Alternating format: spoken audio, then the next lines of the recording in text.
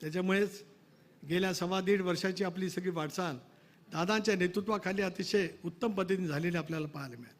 आज आपल्या सर्वांच्या वरती नियतीने एक दुर्दैवी क्षण असा या ठिकाणी आणला आहे की ज्याच्यातून आज आपण वहिनींची अध्यक्ष म्हणून नेमणूक या ठिकाणी करतो. अनेक वेळेला अनेक पद्धतीचं बोललं गेलं. ज्या वेळेला दादांचं सुद्धा बारामतीमधलं एक भाषण असेल, आपल्यापैकी अनेकांनी पाहिलं असेल, अनेकांना आठवत सुद्धा असेल. मला जरी एकटं टाकलं असेल तर मी एकटा नाही, तर बारामतीकर माझ्या मागे आहेत. हे दादांचं बारामतीमधलं भाषण जय आपल्या सर्वांनी आणि बारामतीकरांनी महाराष्ट्राने त्या ठिकाणी पाहिलेलं आहे. अशा त्या कठीण कालावधीमध्ये दादांना स्वतःला एकाकी असं वाटण्यासारखं परिस्थिती निर्माण केली गेली. त्याला आम्ही सगळेजण जे दादांच्या पाठीमागे उभं राहत NDAमध्ये निर्णय घेण्याच्या बाबतीमध्ये पुढाकार घेतला होता, ते त्यांच्या पाठीमागे उभं राहणं आमचं कर्तव्य होतं. माझ्या निष्ठा तर दादांच्या चरणी होते, या सर्वांची साथ होती.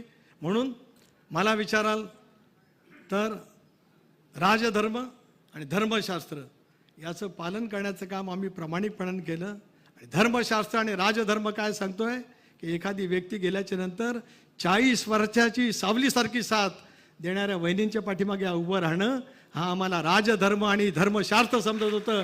म्हणून वहिनींचं त्या ठिकाणी उपमुख्यमंत्रीकडून पक्षाचा नेता म्हणून निवड करण्याचा निर्णय घेतला. भले तर आम्ही टीकेचे धनी झाले असू, परवा त्याची नाही.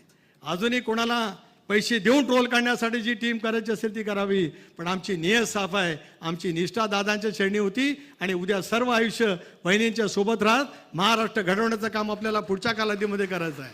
होय, मी आज म्हणतोय की सुनेत्रा पर्व महाराष्ट्रामध्ये आजपासून सुरू झालेलं आहे, हे मी आवर्जून या ठिकाणी म्हणू इच्छितो. हे सुनेत्रा पर्व उद्याचं महाराष्ट्र घडवण्याचं काम तुमच्या सर्वांच्या साथीतून अतिशय उत्तमपणाने बरबट त्या ठिकाणी करेल, याच्यात कोणाच्या मनामध्ये संदेह असतं काही कारण.